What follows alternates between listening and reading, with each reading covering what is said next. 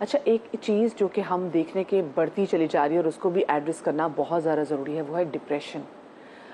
लोग डिप्रेशन को as a fashion को वर्ड इस्तेमाल करते हैं, लेकिन एज अ फैशन वर्ड नहीं। जो डिप्रेस होता है उसकी हालत वाकई बड़ी मिजरेबल होती है।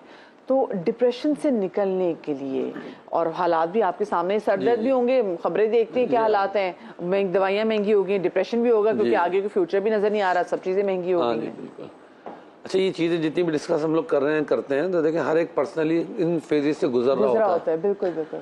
और चाहे मज़हब से बिलोंग करते हो, चाहे किसी फील्ड से बिलोंग करते हो, तो तमाम चीज़ें जो हालात होते हैं पर्सनली या कोई इकोनॉमिकली ऐसे हालात हो, उसकी वजह से कोई ना कोई रद्द-ए-अमल इंसान की बॉडी पर आ रहा होता है। बिल्कुल आता है। यहाँ एक चीज़ वाज़ेह कर दूँ कि हम लोग ये समझते हैं कि अगर सिर्फ पढ़ने पढ़ाने की वजह से हम सारी बीमारी से महफूज जाएंगे, तो बेशक अल्लाह पाक ने इसमें रखा है ऐसा असर, लेकिन कुछ नेचुरली चीज़ें ऐसी हैं कि वो हर एक को असरअंदाज होती हैं। इवन ये कि हज़रत अंबिया कराम अलैहिमुस्सलाम, बड़ी बड़ी बुजुर्गान दिन की हस्तियाँ, उनको अपने अपने तौर पे किसी या दीन की वजह से कोई कभी ऐसा महसूस होता है कि कल्बी दबाव, ज़हनी दबाव, जैसे रसूल करीम सल्लल्लाहु अलैहि वसल्लम को उन चीज़ों पे होता था कि जब आप बहुत ज़्यादा मेहनत करते थे काफिरों पर और चाहते थे किसी तरह मोमिन हो जाए लोग, फिर भी ईमान नहीं लाते थे, तो आप इंतहा से ज़्यादा, हम उसको ज़मानी लिहाज से डिप्रेस कर सकते हैं। तो कुरान में अल्लाह पाक तसल्ली देते थे कि आप इनकी वजह से गमगीन ना हो, उदास ना हो, परेशान ना हो।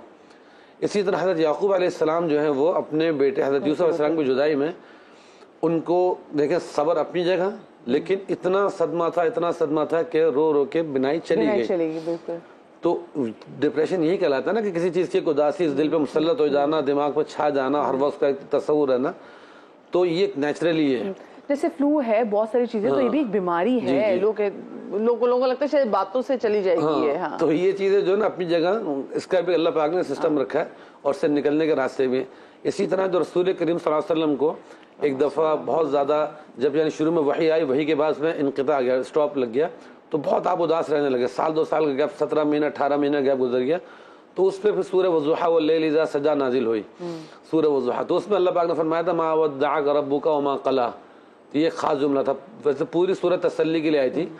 तो वो आपकी एक डिप्रेसिव कैफियत थी कि जिसमें आप हर वक्त खामोश रहना, उदास रहना और बस सोसाइटी से कट ऑफ रहना, ये आपका मिजाज मुबारक बन गया था। तो हर वक्त अल्लाह के बारे में सोचना कि अल्लाह ताला क्या मुझसे नाराज़ हैं कि उससे रब्ता नहीं हो रहा।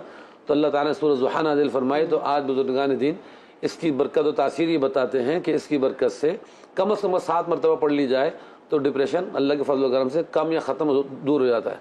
इसी तरह सूरह तौबा की आखिरी आयत है हस्बी अल्लाहु ला इलाहा इल्ला हुवा अलैहि तवक्कलतु वहुवा रब्बुल अर्शिल करीम।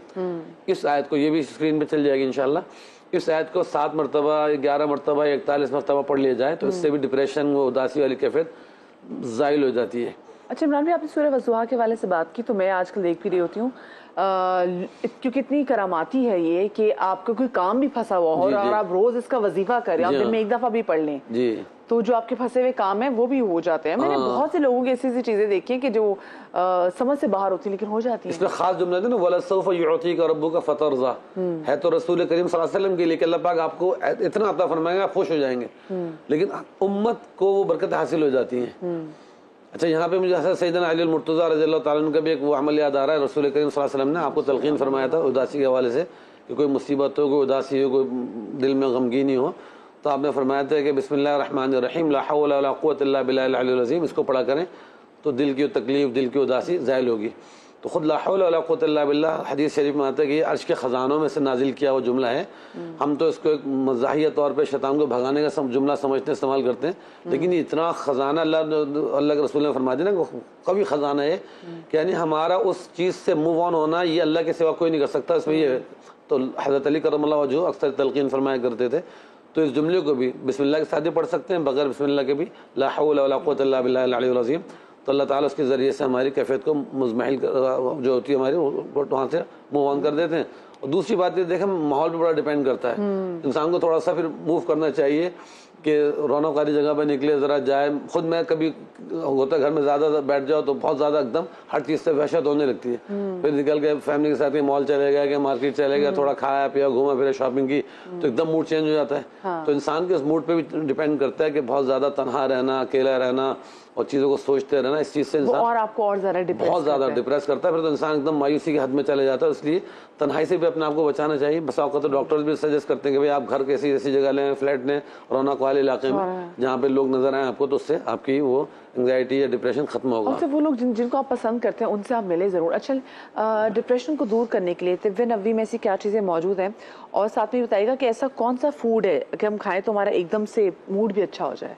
हज़रत आयशा रज़ी अल्लाह अन्हा का एक कॉल है कि उन्होंने हुज़ूर अकरम सल्लल्लाहु अलैहि वसल्लम को ये कहते हुए सुना कि तलबीना मरीज़ को दिया करो क्योंकि वो दिल को तस्कीन देता है और गमों को दूर करता है। हाँ। तो अब अगर हम बात करें तलबीना का जो मेन इंग्रेडिएंट है वो है जौ, बारले। हाँ। आज की तहकीक कहती है कि बारले में ये खुसूसियात मौजूद हैं कि वो एंटी डिप्रेसेंट का काम करता है, अच्छा। मूड स्विंग्स को रोकता है, अच्छी बात है, बुजुर्गों को जौ का दलिया देते हैं तो। और आजकल बुजुर्गों को देने का एक रिवाज है और उसका मकसद भी यही कि जब कोई मरीज बीमार होता है तो वो डिप्रेशन में, जिस तरह कहा कि वो अकेलेपन में डिफरेंट सोचों में गुम होता है जिसकी वजह से वो और स्ट्रेस में आ रहा होता है, तो जौ का दलिया या जौ का तलबीना दिया जा सकता है और वो यकीनन एंटी डिप्रेसेंट। अच्छा, मुझे तलबीना की रेसिपी बता दें क्योंकि तलबीना में खजूरें भी डलती हैं। मेन इंग्रेडिएंट जो है वो जौ है और खजूर है। कुछ लोग दूध ऐड करते हैं, कुछ लोग पानी ऐड करते हैं।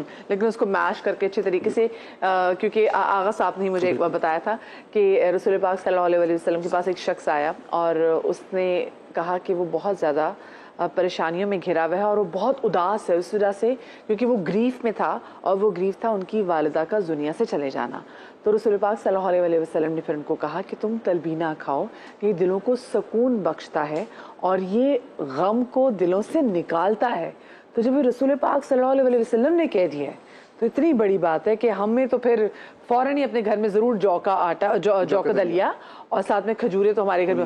वैसे भी मैंने देखा कि इंस्टेंट एनर्जी आ जाती है। आप जब रोजा जब हम खोलते हैं, हम जैसे खजूर खाते हैं ऐसे इंस्टेंट एनर्जी आती है और हम ठीक हो जाते हैं। बिल्कुल ऐसे ही। और नॉर्मली आज के ज़माने में बहुत सारे लोग इसको एक्सेप्ट कर चुके हैं जो कि नाश्ते में खाते हैं और उनको ओवरऑल दिन बहुत अच्छा गुजरता है। बिल्कुल सही बात की। आपकी बहुत सारी परेशानियों, आपके बहुत सारे अमराज का इलाज हम आपको बता रहे हैं आज, जो रूहानी तरीके से भी कि उसका जो रूहानी इलाज क्या है, तिब्ब नबवी में भी उसका इलाज क्या बताया गया है। और आज हम हिजामा के हवाले से बात भी करेंगे।